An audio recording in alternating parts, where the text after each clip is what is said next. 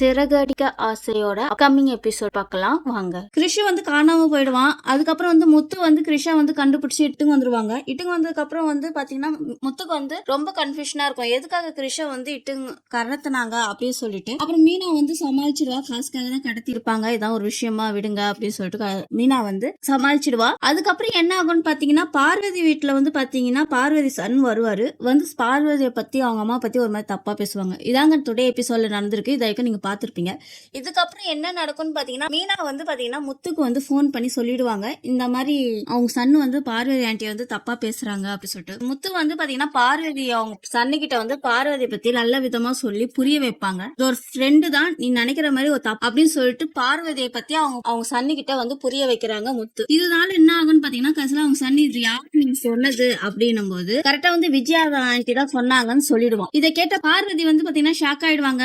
நம்மளோட க்ளோஸ் ஃப்ரெண்டே இப்படி ஒரு நம்மளை பத்தி தப்பா நம்ம பையன்கிட்ட சொல்லிட்டாங்களே அப்படின்னு சொல்லிட்டு ரொம்ப ஃபீல் பண்ணுவாங்க.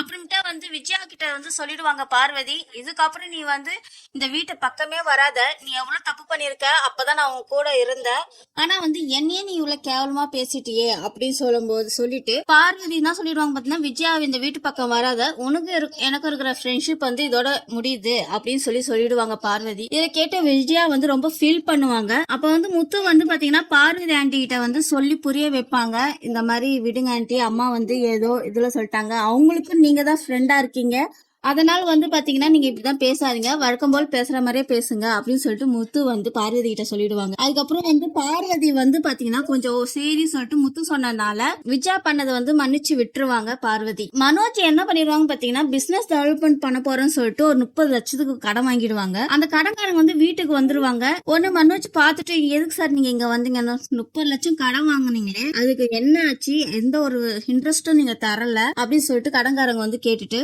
உங்களுக்கு ஜாமீன் வந்து உங்க அம்மாவும் உங்க அப்பாவும் போடணும் அப்படின்னு சொல்லிட்டு. இதனால என்ன ஆகும்னு பாத்தீங்கன்னா அண்ணாமலை வந்து நானே ஜாமீன் போடுறேன்னு சொல்லிட்டு அந்த வீட்டு பத்திரத்தை வச்சு மனோஜுக்காக ஜாமீன் போட்டுருவாரு. இதை பார்த்த முத்து என்ன சொல்லுவாருன்னு பாத்தீங்கன்னா, நீ வாங்கின கடனுக்கு வந்து அப்பா வந்து அந்த கடனை அடைக்கணுமா அப்படின்னும் போது மனோஜ் என்ன சொல்லுவான்னு பாத்தீங்கன்னா, என் கடனை யாரும் அடைக்க தேவையில்ல, இந்த வீட்டை ஷேர் கொடுத்துருங்க, என் கடனை நானே அடைச்சிக்கிறேன் அப்படின்னு மனோஜ் சொல்லிடுவாங்க. இதை கேட்டு விஜயா வந்து ஷாக் ஆயிடுவாங்க. இதனால வந்து விஜயாவுக்கு வந்து மனோஜ் மேல இருக்கிற பாசம் குறையுமா இல்ல குறையாதான்னு எனக்கு கமெண்ட் பண்ணுங்க. இந்த வீடியோ பிடிச்சிருந்தா லைக் பண்ணுங்க, கமெண்ட் பண்ணுங்க.